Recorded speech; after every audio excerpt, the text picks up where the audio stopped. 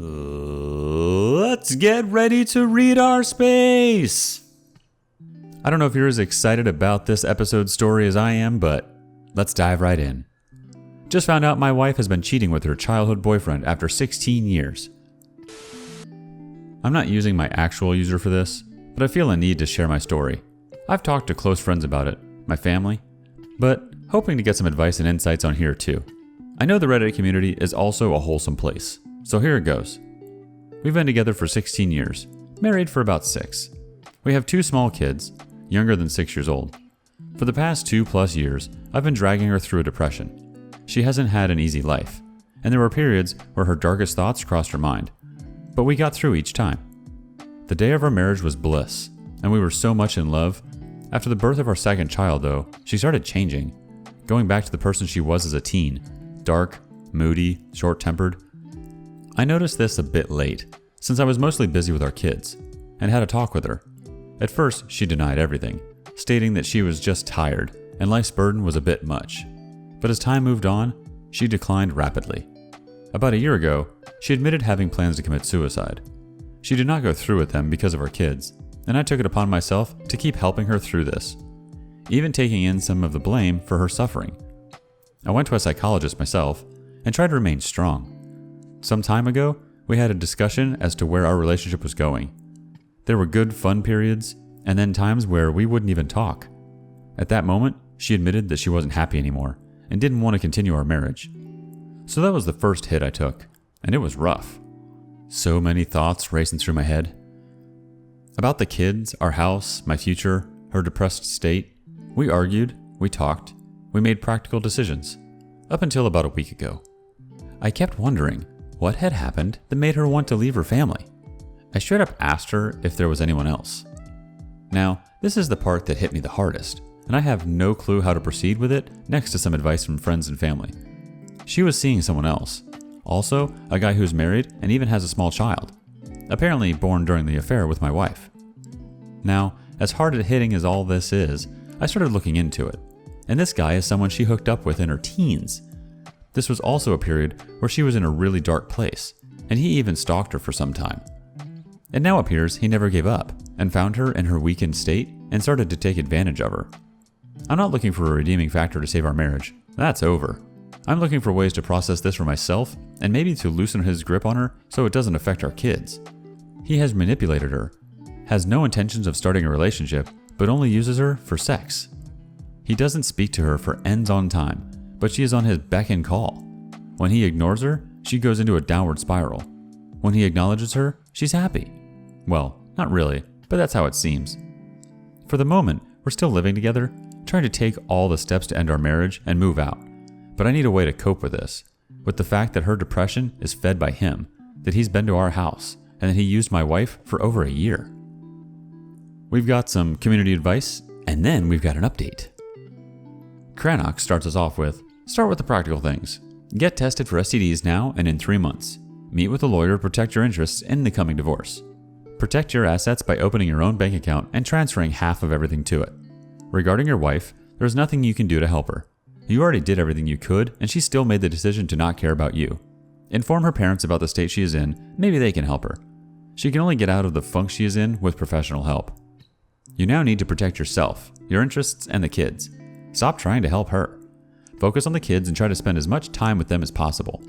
Find a new apartment or house where you can move to ASAP. The quicker you get some distance between you and your wife, the quicker you can start to heal. If you know her affair partner, then inform his wife about what her husband does. She has a right to know and get tested for STDs as well. Who knows if your wife is the only one he uses to betray his wife? You are worth so much more than to be treated this way. 20 Minutes Adventure wanted to chime in too. This is some sound advice, and yes, you are worth so much more. I sadly recognize the situation you are in. She needs help, but you do too. After all this, you'll be the one 100% committed to the kids, and you'll allow happiness into your life again. In regards to telling the affair partner's wife, I'd wait till everything is in order and you're no longer living with each other. She deserves to know, but you have a lot to take care of with your wife right now. Take it one day at a time. That's what I am trying. And I do get angry, sad, but surround yourself with people that care. Don't try talking it all out with your wife. She clearly gave up on you. Don't give up on yourself. You are worth so much more. Cranach responded back with, I would argue with you about waiting to tell the affair partner's wife, but that is a decision OP has to make, and he should decide which action will be best for him. Aside from that, OP, please don't bottle your emotions up. Let them out. Cry when you are sad, and punch a pillow when you're angry. Do that when no one else is in the room. Please don't drink any alcohol or take drugs. They won't help you. You need a clear head now more than ever. Look for people that you trust, like family and friends, and talk to them. Tell them what happened and ask them for support. OP finally gets it. God, this reply has hit me right where it needed to. It's such a painful process letting go of her, even after all of this. I'm not trying to sing my own praises, but my environment and even some of her friends all tell me that I'm worth more, that I always aspire to do the best for my loved ones, and I'm a great father and husband. Hearing those things do help, but they're so hard to believe at this time. The stop trying to help her is something I need to get embroidered on my pillowcase or something, because that's something I've desperately tried to do. Everyone is telling me to stop doing that, and my focus is on my kids when they're around, 100%. I try to be the best father, but I'm also still trying to be a good husband while they're not around. But that second part should be time focused on myself. The STD test didn't even cross my mind at first, but dang, it does now. And now he's got an update for us. Let's see what happens. Finding out about the infidelity has crushed me. We had a happy marriage, but the past period has weighed me down so much. I'm scared out of my mind about what comes next. Afraid I won't trust anyone, that I won't give anyone an honest chance. I know it's still early days since it all happened, but I need some kind of way to look forward. One day at a time now, and more each day. Up until now, I've not been a person with low self-esteem. I'm not a bad-looking guy. I know my way with words, and I've always been able to connect with women better than with men. But up until now, my past relationships have been with the damaged girls or women. For some reason, I always want to heal them. I want to break that pattern. But my self-esteem has taken a huge blow because it appears that I'm not sufficient, that I'm unable to meet someone's needs. At least that's how it feels. I've always thought that all was fine in that respect, but now I'll be second-guessing that at every opportunity. I'm not ready for a new relationship. Let's be clear, I need to take time for myself, but I'm looking for ways to drag myself out of the hole I dug, and where she dumped all this over me, getting me stuck in that hole. Our response to the update comes from Change 2001. I'm sorry that you find yourself in this situation. She may try to turn the blame on you by blaming you for not being there for her or needing attention. That is BS and just attempting to deflect blame for her actions. First, realize that you did nothing to deserve this. Your wife made the choice to cheat on you and put your feelings in a relationship secondary to their desires. If your wife has been cheating on your marriage, it is best to prepare for the worst and hope for the best. Speak with a divorce lawyer to find out your rights and options. First, understand it was not a mistake that she made. It was a series of choices she made to cheat. The choice to not shut down any flirting. The choice to not stop inappropriate physical contact, such as hugs, touches, kisses, etc. The choice to contemplate an affair. The choice to disregard the harm it would do to their current relationship and their family. The choice to have an affair. The choice to meet for the affair. The choice to remove clothes. The choice to have sex. And the daily choice to lie about everything from the very beginning to the very end until you finally found out. Plus, the trickle truth lies and lies by omission. Demand all the contact to be immediately cut with the affair partner. No more contact in any form whatsoever will be tolerated.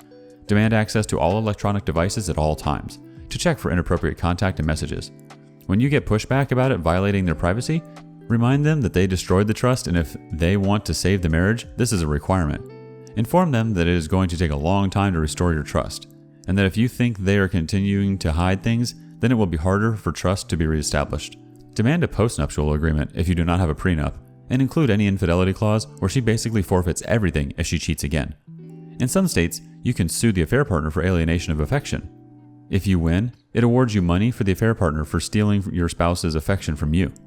If there are children involved, demand a paternity test. Expect your wife to push back on this. Probably she will claim you don't trust her. Remind her that she cheated and lied to you about the affair.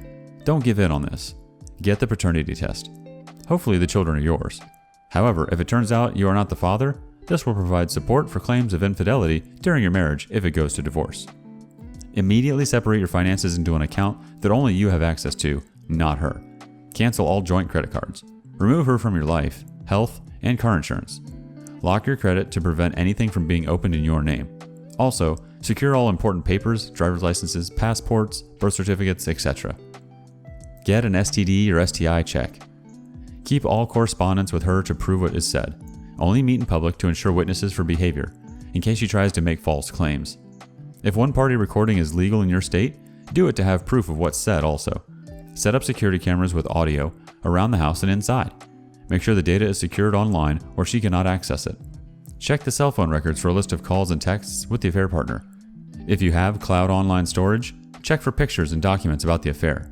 Print out everything so you have proof in case it is deleted later.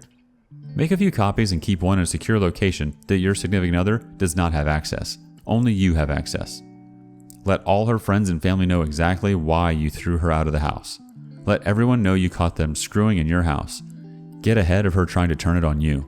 Do not let her try to blame you for the situation. There is some good and bad info out there. Find the good information to help you. Read chumplady.com for good insight.